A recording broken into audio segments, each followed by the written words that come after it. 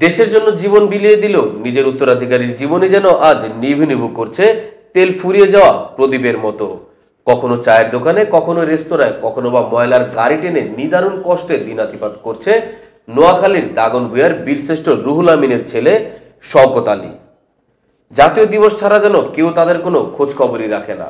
অযত্নে অবহেলায় ধ্বংসের পথে আজ বীরশ্রেষ্ঠ রুহুল আমিনের নামে গড়ে ওঠা বিভিন্ন স্থাপত্য ও শিল্পকর্ম। মংলা বন্দর দখল শেষে টার্গেট যখন খুলনা দখলের, তখনই শত্রুর বোমারু বিমানের লক্ষ্যবস্তুতে পড়ে যায় তাদের দুটি জাহাজ।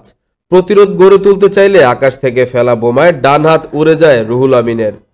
আহত অবস্থায় নদীতে ঝাঁপ দিয়ে সাঁতার কেটে পারে উঠতেই পাকিস্তানি হানাদার ও রাজাকার বাহিনীর হাতে ধরা পড়েন। শত্রুর নির্মম নির্যাতনে মৃত্যুবরণ করেন রুহুল আমিন। বাবার বীরত্ব দেশবাসী জানলেও নোয়াখালীর সোনাইমুড়িতে তার পরিবারের খোঁজ খবর নেয়ার জন্য কেউই নেই।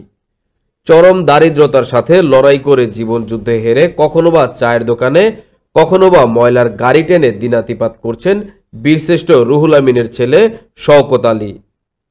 জীবনবাজি রেখে শত্রুদের বিরুদ্ধে লড়াই করা এই বীর যোদ্ধার স্মৃতিচিহ্নটুকুও মুছে যাওয়ার পথে। রুহুল আমিন নগর হিসেবে গ্রামের নামকরণ করা হলেও বেহাল দশা রাস্তাঘাট ও তার নামের প্রতিষ্ঠানগুলোর।